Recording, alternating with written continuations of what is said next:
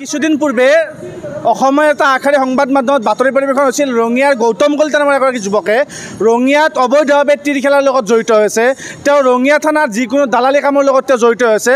তেওঁ এটা বিশেষ ৰাজনৈতিক দলৰ সদস্য, কিন্তু অতি আচৰিত কথা যে এইগৰাকী ব্যক্তিক এতিয়ালৈকে গ্ৰেপ্তাৰ কৰাটো দূৰৰ কথা, ৰঙিয়া আৰক্ষীয়ে তেওঁক মাতি নি সোধ পোছৰ কোনো ধৰণৰ ব্যৱস্থা গ্ৰহণ কৰা নাই। ইয়াৰ অন্তৰালত কি ৰহস্য লুকাই আছে? তেওঁৰ লগত কোনোবা ৰাজনৈতিক নেতাৰ আশীৰ্বাদ আছে নেকি, বা তেওঁক সোধ পোছৰ বাবে আমন্ত্ৰণ জনালে তেওঁৰ স্বীকাৰোক্তিত বিভিন্ন ৰাজনৈতিক নেতাক সেই সোধ পোছৰ বাবে আমন্ত্ৰণ জনাব লগা হ'ব নেকি?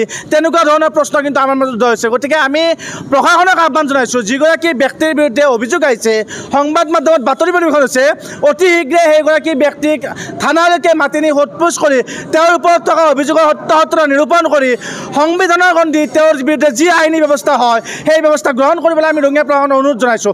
অন্যথা আমি ভাবিবলৈ বাধ্য হ'ম যে এই গোটেই বিষয়টোত ৰঙিয়াত প্ৰশাসনৰ লগত বা যিগৰাকী ৰাজনৈতিক ব্যক্তি জড়িত এই গোটেই অভিযোগত সাঙুৰ খাই আছে, তেওঁৰ লগতে প্ৰশাসনৰ কোনোবা বিষয়ৰ বাবে তাত জড়িত আছে নেকি, সেয়া কিন্তু আমি ভাবিবলৈ বাধ্য হ'ম। ৰঙিয়াৰ এজন যুৱকৰ বিৰুদ্ধে সংবাদ মাধ্যমত সংবাদ সম্প্ৰচাৰ হোৱাৰ পিছতে তেওঁৰ বিৰুদ্ধে বিভিন্ন অভিযোগ থকাৰ পিছতো তেওঁক এতিয়ালৈকে প্ৰশাসনে কোনো ধৰণৰ ব্যৱস্থা গ্ৰহণ কৰা নাই। আচলতে তেওঁৰ ওপৰত ইমানখিনি অভিযোগ থকাৰ পিছতো, প্ৰতিবাদ হোৱাৰ পিছতো, আমি যুৱ কংগ্ৰেছে কেইবাবাৰো প্ৰতিবাদ কৰাৰ পিছতো তেওঁৰ বিৰুদ্ধে ব্যৱস্থা গ্ৰহণ কৰা নাই। ইয়াৰ মূলতে আচলতে কাৰ আশীৰ্বাদত তেওঁ আচলতে এনেধৰণৰ বুক ফিন্দা আচলতে চলিবলৈ তেওঁ সাহস পাইছে? সমাজৰ অনৈতিক কামৰ লগত জড়িত হৈ থাকিব আৰু প্ৰশাসনে নিমাত থাকিব। ইয়াৰ মূলতে কাৰণ কি? তেওঁ ধৰত পৰিলে আচলতে কোন ধৰত পৰিব পাৰে, আৰু তেওঁৰ পিছত আৰু আচলতে তেওঁ কাৰ স্বীকাৰোক্তিত আচলতে তেওঁৰ স্বীকাৰোক্তিত কাৰ নাম আহি পৰিব, তাৰ বাবেহে আচলতে তেওঁক এতিয়ালৈকে কোনো ধৰণৰ প্ৰশাসনে ব্যৱস্থা গ্ৰহণ কৰা নাই নেকি, আমাৰ এই সন্দেহ।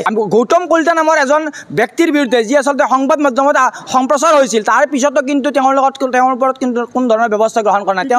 তেওঁৰ ওপৰত দালালি কৰাৰ অভিযোগ আছে, তেওঁৰ বিৰুদ্ধে তীৰ খেলৰ অভিযোগ আছে, জুৱা খেল চলোৱাৰ অভিযোগ আছে, বিভিন্ন অভিযোগ আছে। সমাজৰ বিভিন্ন অনৈতিক কামৰ লগত তেওঁ জড়িত বুলি আচলতে সংবাদ মাধ্যমত সম্প্ৰচাৰ হৈছিল, আৰু এয়া বাস্তৱ সত্য কথা। কিন্তু তেওঁৰ বিৰুদ্ধে এতিয়ালৈকে ব্যৱস্থা গ্ৰহণ নকৰাটো অতি দুৰ্ভাগ্যজনক, আৰু এই ক্ষেত্ৰত প্ৰশাসনক আমি অনুৰোধ জনাইছোঁ যে অনতিপলমে তেওঁৰ ওপৰত বিহিত ব্যৱস্থা গ্ৰহণ কৰক, নতুবা আকৌ আমি যুৱ কংগ্ৰেছে ইয়াৰ বিৰুদ্ধে তীব্ৰ আন্দোলন গঢ়ি তুলিবলৈ বাধ্য হ'ম।